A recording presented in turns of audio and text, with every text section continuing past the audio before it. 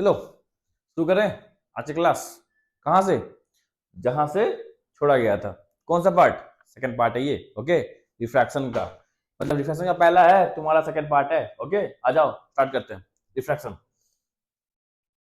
Refraction होता क्या है यार? मैंने बताया था लाइट रे का दो प्रॉपर्टी होते हैं, एक तो रिफ्लेक्शन या तो रिफ्रैक्शन। ठीक है, मैं उस दिन बताया कि जो बाउंसिंग बैक ऑफ लाइट रे, आया टकराया चला गया, आया टकराया और चला गया, इसे कहते हैं क्या? रिफ्लेक्शन। अब टकरा के चले नहीं जाएगा, वो अंदर घुस जाएगा। कैसे घुस जाएगा? अंदर घुसने वाला है। जब अंदर घुसने वाला है तो क्या बोलते हैं उसको? Bending of light rays. क्या बोलते थे? देखो, लाइट रे आया, टकराया, अंदर घुस गया, फिर निकल गया। ये हुआ क्या? This is called bending. Bending क्यों होता है? बेंडिंग ऑफ लाइट रे इज कॉल्ड रिफ्रैक्शन। बेंडिंग होने का वजह क्या है? देखो, बेंडिंग इसलिए होता है क्योंकि हम लोग देखो रिफ्लेक्शन में पढ़े क्यों थे? रिफ्लेक्शन में वन मीडियम का काम था। रिफ्लेक्शन बताया था ना मैंने, उस पर वन मीडियम था। इस पे क्या हो रहा है बेटा? इस पे मीडियम में चेंज आ रहा है, इस पे पाथ पे चेंज हो रहा है। पाथ का चेंज आना, मीडियम का चेंज आना, या मैंने क्या कहा?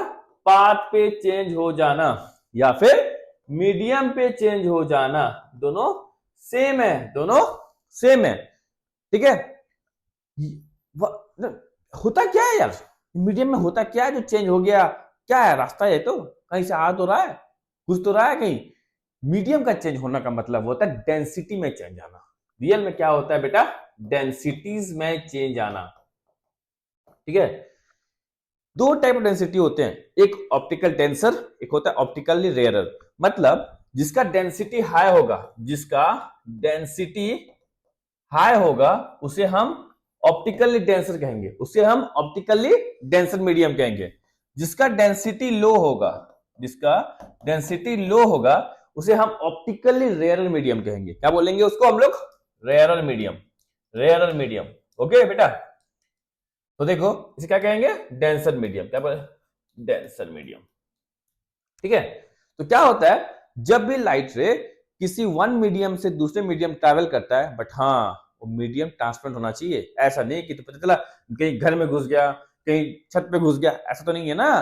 और क्या होना चाहिए? ट्रांसपेरेंट। जैसे वाटर, एक ग्लास का स्लैब है ना, एयर से वाटर में, वाटर से ग्लास का स्लैब में, या फिर प्रिज्म में, तब जाके रिफ्रैक्शन आकर्ष होता है, वरना रिफ्रैक्शन नहीं हो सकता। अब जाके बोलोगे यार कोई पत्थर में घुसा दोगे, पॉसिबल है क्या?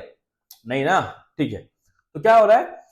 मैंने कहा कोई भी रे ऑफ लाइट जब मीडियम चेंज होता है, मींस उसकी डेंसिटी में चेंज आता है, तो बैंड करना शुरू कर देता है।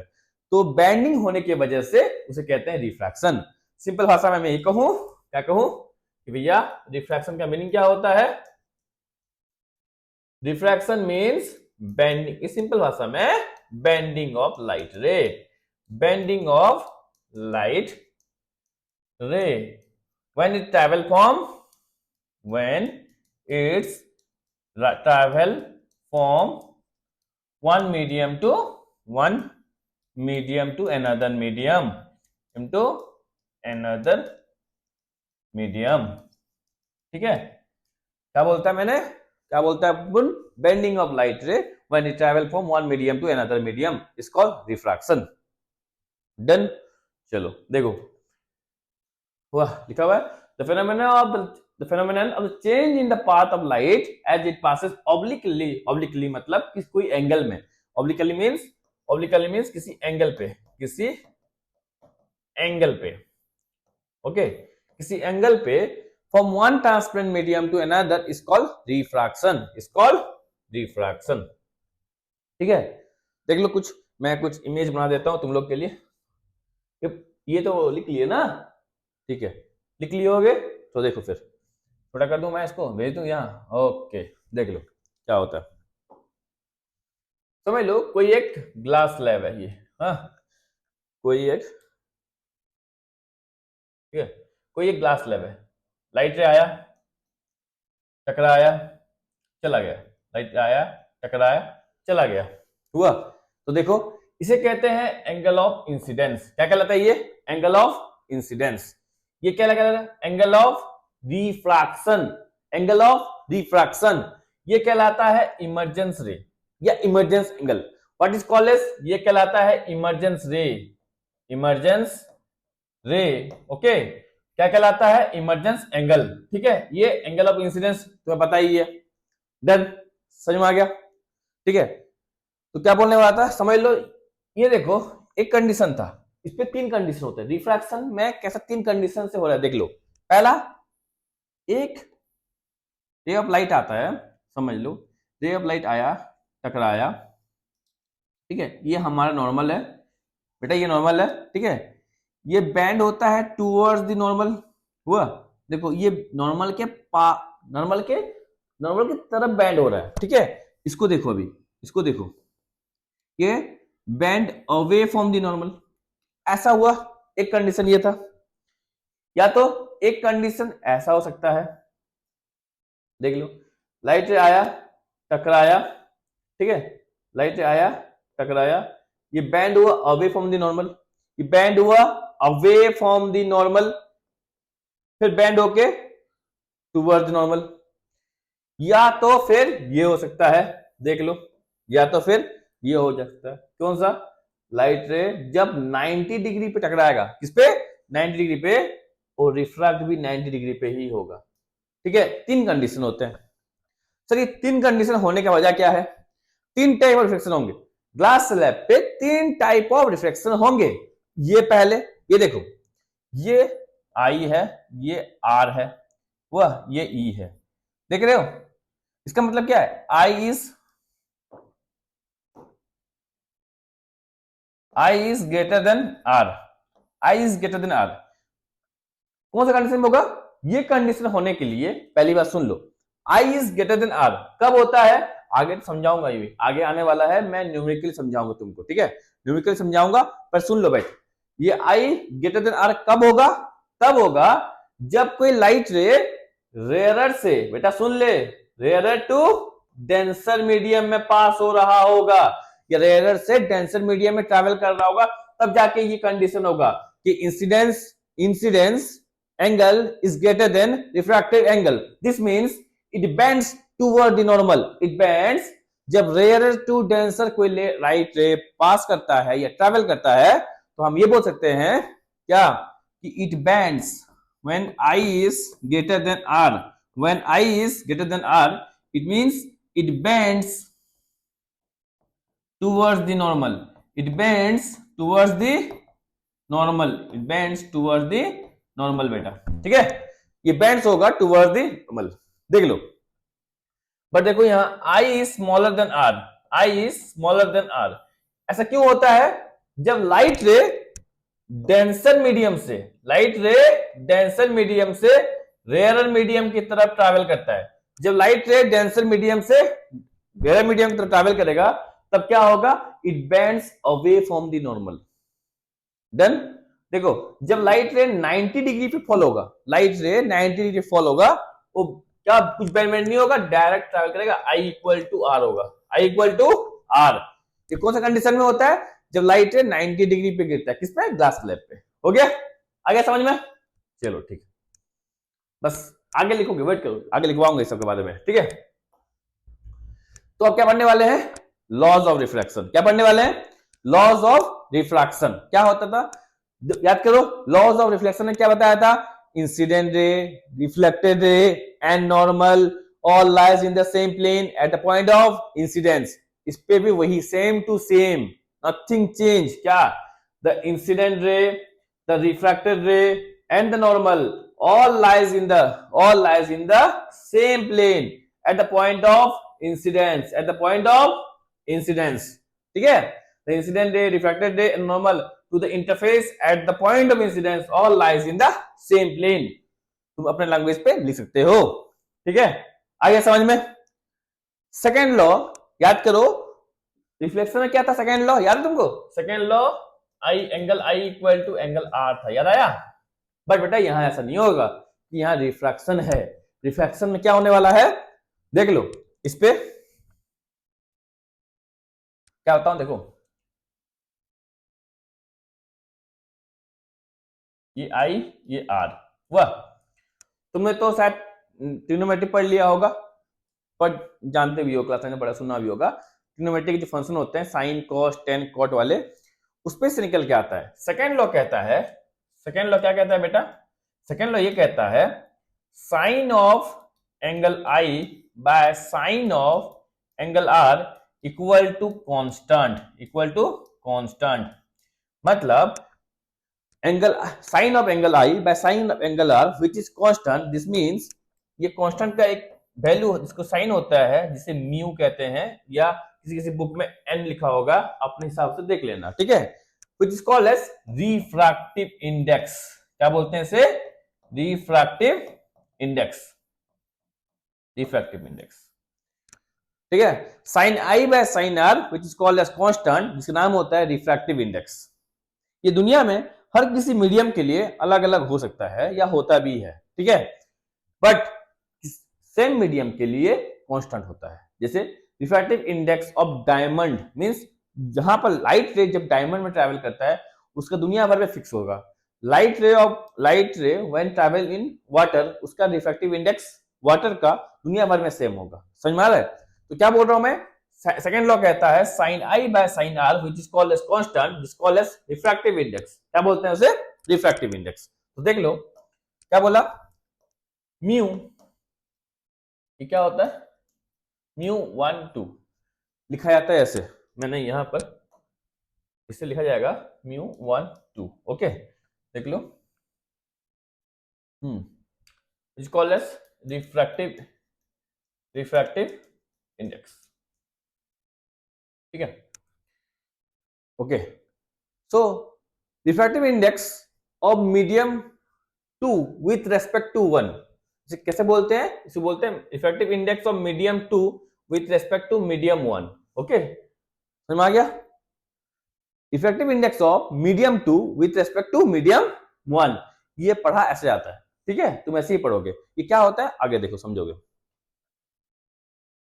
देखो, refractive index of a medium 2 with respect to medium 1 is defined as the ratio, is the ratio of speed of light in medium 1 to the speed of light in medium 2।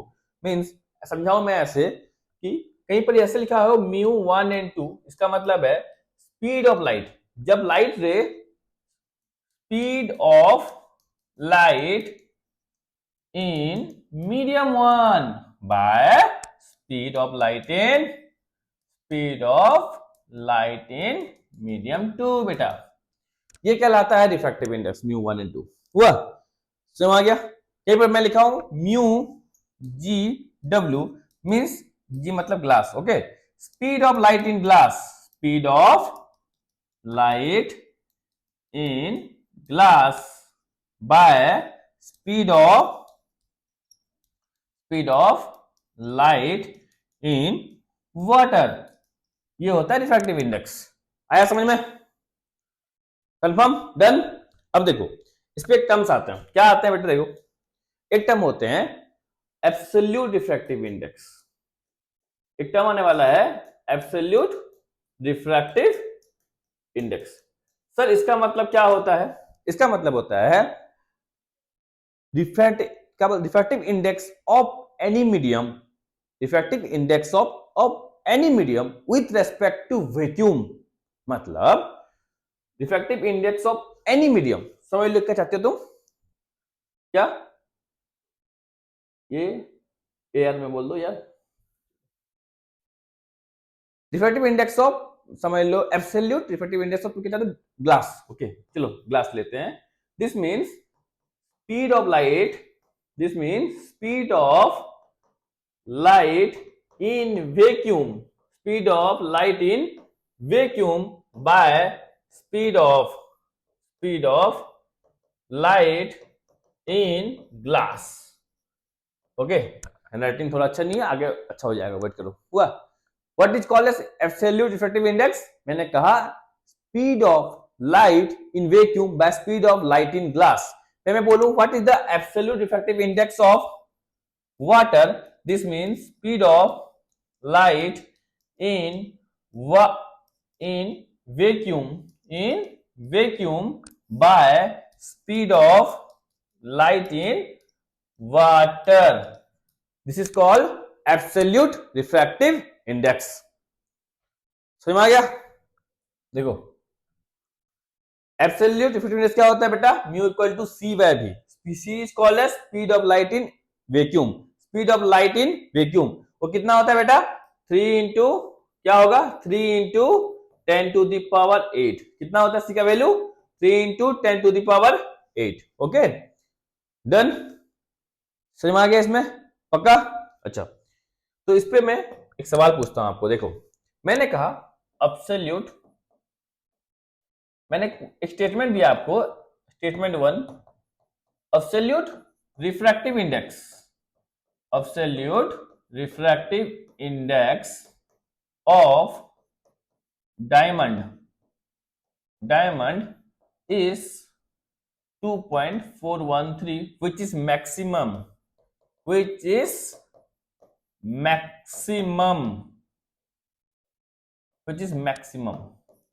दुनिया में सबसे ज्यादा रिफ्रैक्टिव इंडेक्स डायमंड का होता है 2.413। Okay statement 2 सुनो, statement 2 मेरा सवाल है, द स्पीड ऑफ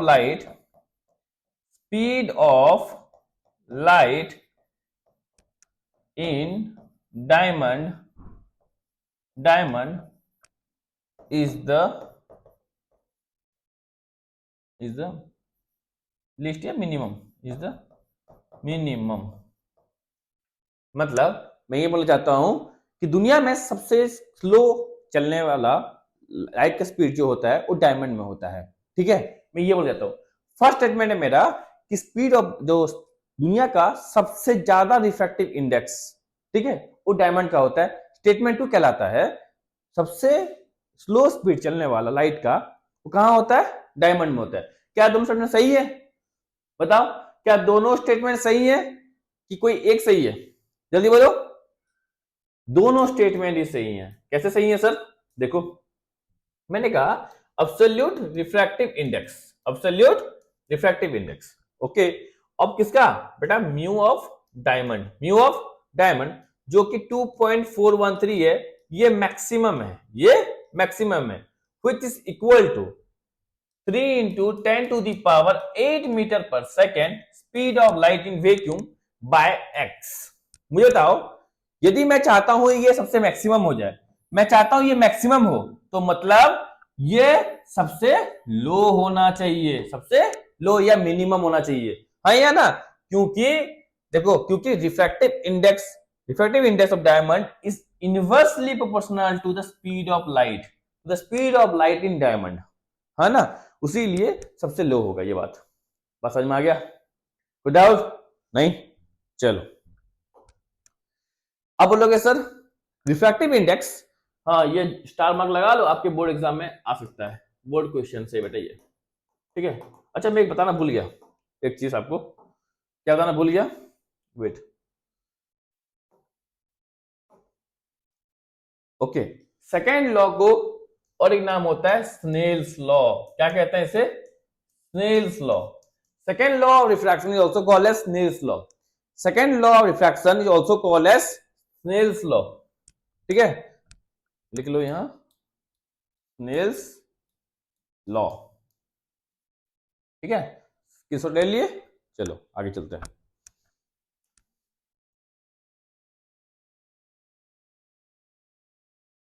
हाँ बोर्ड क्वेश्चंस के लिए बहुत ज्यादा बेटा इंपॉर्टेंट है ये, क्या इंपॉर्टेंट है देख लो।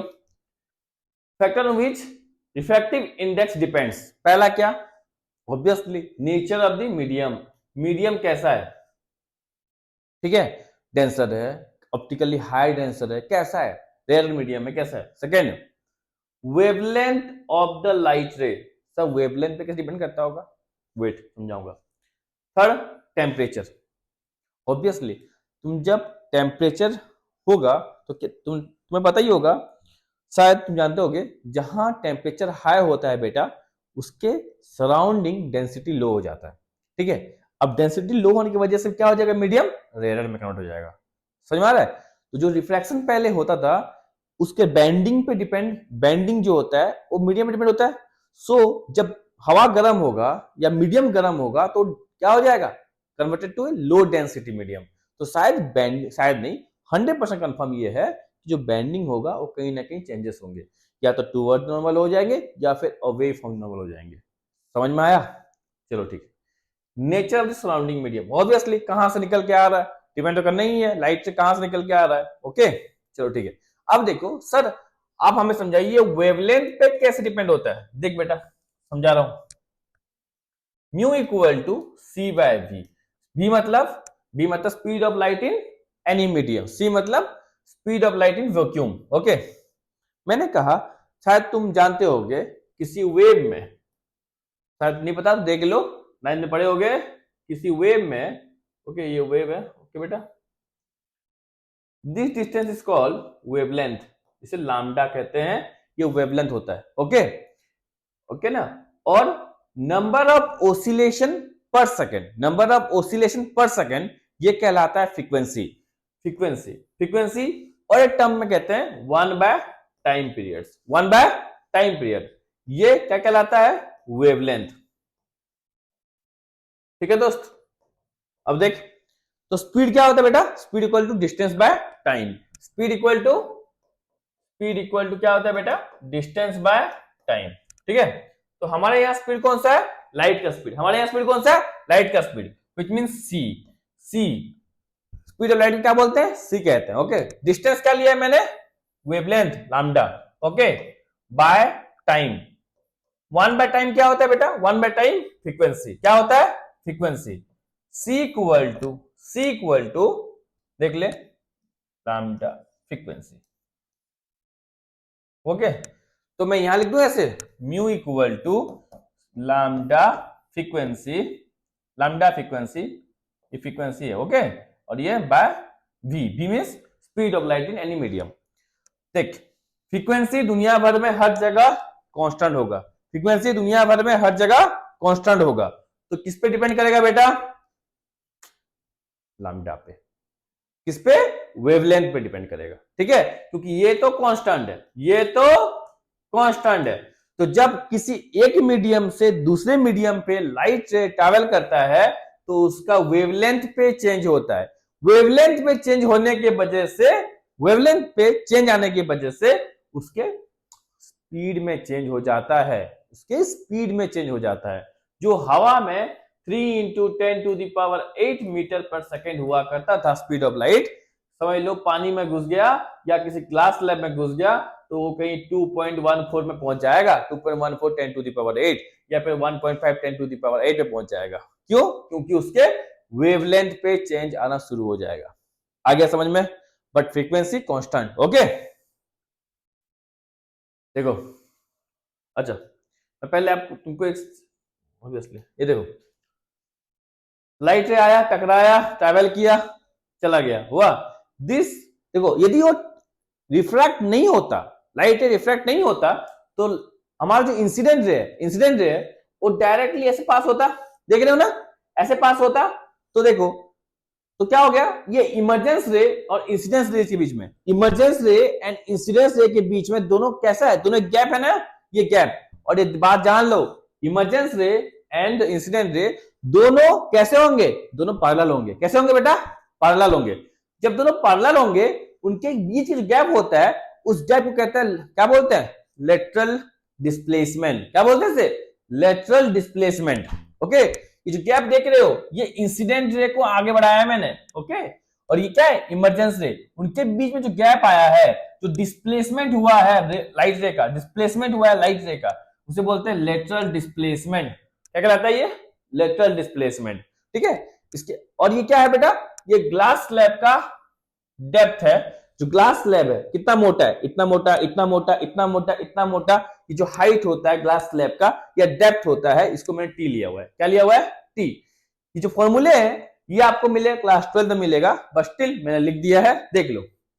इतने बड़े फॉर्मूले की जरूरत नहीं है, बट स्टिल देखना पढ़ रहे हो तो जान लो। क्या होता है, depth of the glass slab, depth of the glass slab into sine i, okay, फिर क्या होगा, into of 1 - cos i by इसका रिफ्रैक्टिव इंडेक्स का स्क्वायर माइनस साइन आई का स्क्वायर, या under root of u square minus sine i का whole square. Okay ये कहलाता है क्या, लेटरल डिस्प्लेसमेंट का फॉर्मूला। या मैं ये कहूं कि लेटरल डिस्प्लेसमेंट मैक्सिमम कितना हो सकता है, मैक्सिमम कितना हो सकता है, तो टी के बराबर। जितना मोटा ग्लास स्लैब उतना ज्यादा डिस्प्लेसमेंट। ठीक है, ये होने का इससे ज्यादा नहीं हो सकता।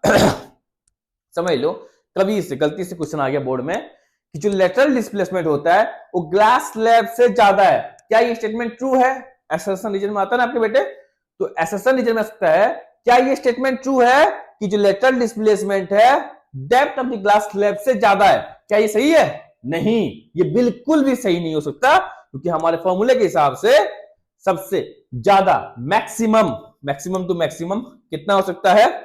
ओके, कितना हो सकता है? ये तो कॉस नाइट, ये शायद फॉर्मूला ये कॉस जीरो होना चाहिए बेटा, गलती लिखा हुआ है फॉर्मूला। ओके, इसमें गलती लिखा, शायद मेरे गलती लिख दिया होगा। ओके, ये कॉस जीरो होता है बेटा। ओके, गलती होता है। क्या बोला मैंने? जो मैक्सिमम डिस्प्लेसमेंट होगा वो टी तक होगा। हाँ होगा बेटा, ये कॉस जीरो है, नॉट 90 डिग्री। ओके, ये कॉस जीरो है। ठीक है, किसने मैंने शायद गलती से लिख दिया होगा। चलो ठीक, अब देखो एक टर्म आता है, ये भी 12th में मिलता है, पर स्टिल मैं जब पढ़ ही रहे हैं थोड़ा बहुत जान लेते हैं, क्योंकि इतना भी ज्यादा क्रिटिकल नहीं है। तुमने देखा होगा शायद एक मग लेता है, उसमें कॉइन डाल दोगे, कॉइन डालते ही तुमको देखा कि कॉइन उभरा हुआ है, बट वो कॉइन नीचे होता है। या कभी नदी गए हो तुम, नदी या तालाब गए होगे, किस कॉइन वन गिरा, पत्थर देखना उभरे हुए दिखते हैं, कैसे लगता है कि यार ये ऊपर ऊपर है पानी के, है ना, डेप्थ उतने डेप्थ नहीं होता, ऐसे फील होता है। बट ये क्या होता है? ये अपरेंट डेप्थ, क्योंकि दिखने वाला, पर रियल डेप्थ ऐसे नहीं होगा, रियल जो है वही होगा। हाँ या ना? तो देखो, समझ लो तुम्हारा आंख है, ओके, तुम्हारा आंख का लाइट लग गिर रहा है। ओके, यहाँ पर तुम्हारा कॉइन है, यहाँ तुम्हारा कॉइन है, एक्चुअल में कॉइन यहाँ है, उसका क्या होगा? लाइट ऐसे आया, तुम देख रहे हो ऐसे, ये रिफ्रैक्ट होके चला गया, रिफ्रैक्शन हुआ। आगे देखो यहाँ पर क्या होगा? रिफ्रैक्ट होके चला गया, उसको पीछे खींच देंगे से, जब पीछे खींचेंगे इसको, ओके, हमको फील होगा कि ये जो कॉइन है ये यहां आ चुका है, हमको ये फील होगा। This is called apparent depth. ये मेरा एक्चुअल ए से लेके सी क्या कहलाएगा? Actual depth. ठीक है, और ये जो actual depth minus apparent depth, ये क्या कहलाता है? ये कहलाता है नॉर्मल शिफ्ट। क्या कहलाता है बेटा? Normal shift. ठीक है, सब 12th में मिलते हैं, इसके डेरिवेशन वगैरह होते हैं, 12th में पढ़ेंगे हम लोग। ओके, तो देखो क्या कहला मैंने कि ये मेरा कहलाता है अपेरेंट डेप्थ, ये मेरा कहलाता है एक्चुअल डेप्थ, और इनके बीच में डिफरेंस जो होता है बी से लेके सी पॉइंट कहलाता है नॉर्मल शिफ्ट। और फॉर्मूला क्या होता है? Real depth minus apparent depth. देख लो, real depth minus apparent depth, और डी इक्वल टू क्या होगा? टी मतलब तुम्हारा ये जो पॉइंट होता है ना टी, देख लो इसे टी कहते हैं। Okay, T into 1 minus 1 by refractive index, T into 1 minus 1 by refractive index. Okay, this is called normal shift. ये normal shift का फॉर्मूला होता है। ठीक है, हाँ, याद नहीं करना चाहते हो मत करो, क्योंकि 10th में नहीं है, ये 12th में है। मैं तुमको चाहता हूं कि एग्जांपल देना, उसलिए मैंने लिखवा दिया है। Okay, done. चलो अब दो सवाल करेंगे। ठीक है, दो सवाल करते हैं, देखते हैं। Light enters from air to medium X, light enters from air to medium X, speed in medium X becomes उतना। अच्छा देखो क्या क्वेश्चन है, देखो कोई एक लाइट था जो कि एयर से आया, किसी एक मीडियम में घुस गया हो। वाह सर, आपने कैसे बना लिया? आपने ये कैसे बना लिया कि ये टूवर्ड्स द नॉर्मल होगा? टूवर्ड्स द नॉर्मल होगा बेटा, देख मुझे तो इतना पता है, एयर से कोई स्पीड ऑफ लाइट होता है 3 इंटू 10 टू द पावर 8। यहां किसी मीडियम में स्पीड ऑफ लाइट है 1.5 इंटू 10 टू द पावर 8। देख रहा है या ना? मतलब ये पक्का रेयरर से रेयरर टू डेंसर मीडियम में गया होगा, रेयरर टू डेंसर मीडियम में गया होगा, तभी क्या हुआ? उसका स्पीड कम हो गया। याद है डायमंड वाला, बताया था ना डायमंड वाला एग्जांपल, देख ले। तो म्यू इक्वल टू क्या होगा बेटा? Mu equal to 3 into 10 to the power 8 by 1.5 10 to the power 8। शायद तुमको डिवाइड करना नहीं आता होगा, देख लो ऐसे ऐसे ऐसे ऐसे। ओके, तो mu equal to 2। Sir unit लिखो, यूनिट नहीं लिखना, चप्पल मारेगा आके एग्जामिनर तुम्हें। क्यों मारेगा बताओ?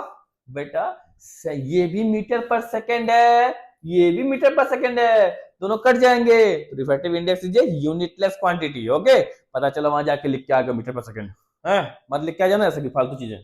ओके, देख लो, हो गया क्वेश्चन 1 वगैरह हो गया। चलो सेकंड सवाल करते हैं, ठीक है। सेकंड सवाल देखो, the absolute refractive index of diamond is 2.42, the absolute refractive index of glass is 1.50, find the refractive index of diamond with respect to glass। Okay, क्या बोला है देखो, बोला है बेटा u, क्या बोला है बेटा, बोला है u, वाह देखो, व्हाट इज एब्सोल्यूट, भैया एब्सोल्यूट क्या होता है, speed of light in vacuum by speed of light in eight medium. Okay, तो देखो speed of light in, speed of light in vacuum मतलब एयर, चलो speed of light in air by speed of light in diamond, जो कि दिया हुआ है 2.42। Okay, फिर दिया हुआ है speed of light in air by speed of light in glass which is equal to कितना, 1.5। ओके, देखो इसका तरीका देखो कैसे लिखते हैं इसको, इसको ऐसे लिखना mu a by mu d which is equal to 2.42। मैंने ऐसे लिखा, मेरी मर्जी, मैंने लिख दिया ऐसे, ठीक है। तुम भी इसको अपने मर्जी मेरी तरह लिखा करो, mu a by mu g which is equal to 1.5। यार बता मुझे निकालना क्या है, मुझे निकालना है mu diamond with respect to glass, मतलब diamond with respect to glass, मतलब ग्लास ये होगा, डायमंड नीचे होगा। बेटा मुझे ऐसे करने के लिए ना क्या करना पड़ेगा, इसको निकालने के लिए मुझे ये करना पड़ेगा, म्यू ए, देख रहे हो ये diamond, mu a by mu d, okay, mu a by mu d divided by mu a by mu g. देख रहे हो ये सब क्या किया मैंने, समझ में नहीं आया? ओके देखो, तुमको यहां तक आया, ये समझ में आ गया लिखना, तो देखो मैंने क्या किया, देखो भैया मैंने कहा मुझे मुझे क्या निकालना है, मुझे निकालना है mu diamond with respect to glass, glass ऊपर डायमंड नीचे, ये निकालना है। ये निकालने के क्या होगा, बस कुछ नहीं, क्या करोगे, सिंपल, क्या दिया हुआ है उधर, mu a g divided by mu a, sorry mu a d divided by mu a g लिखना, बस आया समझ में, mu a d divided mu a g लिखोगे। ओके, इसका मतलब क्या है, 2.42 डिवाइडेड बाय 1.5, बस खत्म।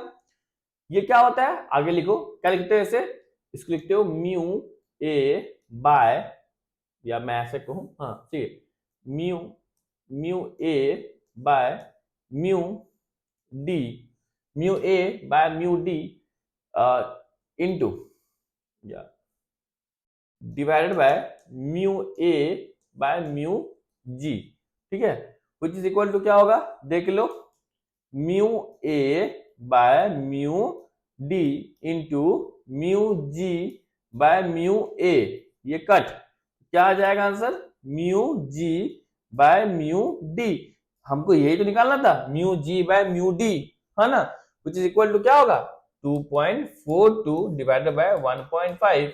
ओके, जो भी आंसर आएगा 1.6 तक आ सकता है, देख लो डिवाइड कर लो 1.6, ये आ जाएगा म्यू जी डी।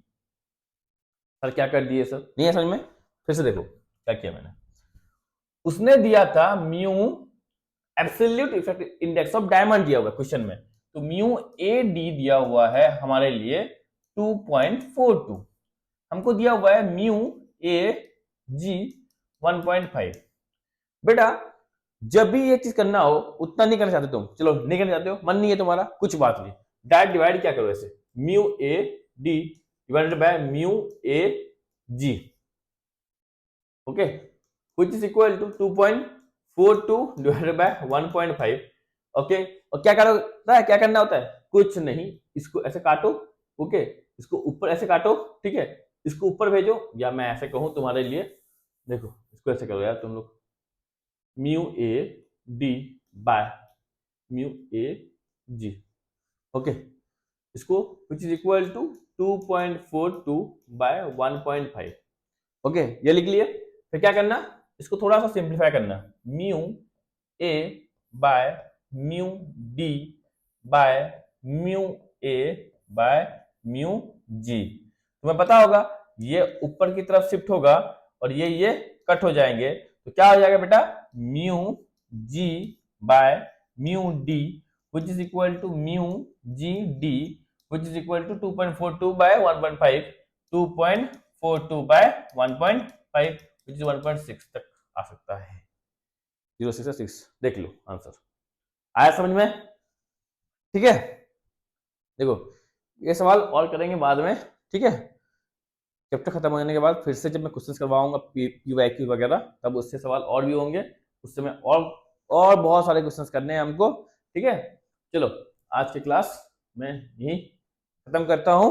मेरे नेक्स्ट क्लास में कौन से पढ़ेंगे, लेंस के रे डायग्राम वगैरह पढ़ने वाले हैं। ठीक है, चलो, थैंकिंग यू, योर्स ओबीडिएंटली।